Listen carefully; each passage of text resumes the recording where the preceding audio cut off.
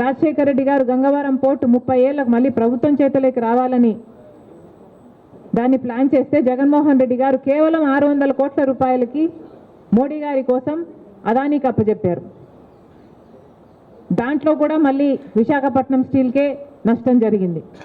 ఇలా ఒకటి రకంగా కాదు, అనేక రకాలుగా విశాఖపట్నం స్టీల్ను కూనీ చేయాలని నిర్ణయించుకొని ఒక కుక్కను చంపాలంటే అది పిచ్చి కుక్క అని నిరూపిస్తే చాలు, జనాలే రాలేసి చంపుతారు అన్న పద్ధతిలో ఈ ప్రాజెక్టే మంచిది కాదు అన్న రీతిలో దీన్ని తయారు చేసి నష్టాల పాలు చేసి అప్పుల పాలు చేసి ఈరోజు ఈ స్థితికి తీసుకొచ్చారు.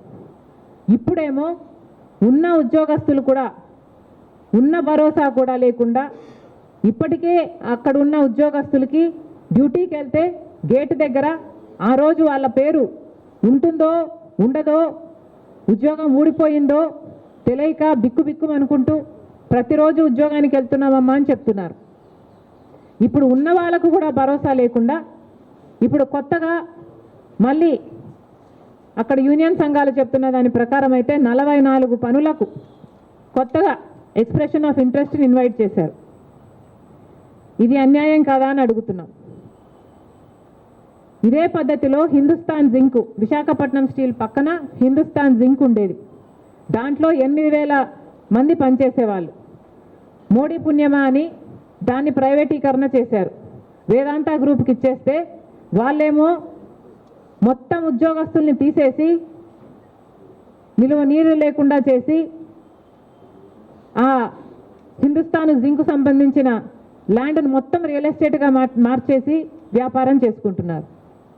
అదే చేయాలని చూస్తున్నారు విశాఖపట్నం స్టీలుకు కూడా. 2 డీళ్లకు పెద్ద తేడా లేదు. విశాఖపట్నం స్టీలు కూడా 20,000 ఎకరాలు భూములు ఉన్నాయి. ఈ రోజుటి వాల్యూ అయినా దాని 4 లక్షల కోట్ల పైనే దాని విలువ ఉంటుంది. కేవలం ఆ భూముల మీద వీళ్ళ కన్ను పడింది కాబట్టి ఇదంతా చేస్తున్నారు. ఇది అన్యాయం కాదా? అసలు విశాఖపట్నం స్టీలు ఆంధ్ర రాష్ట్రానికే తలమానికం.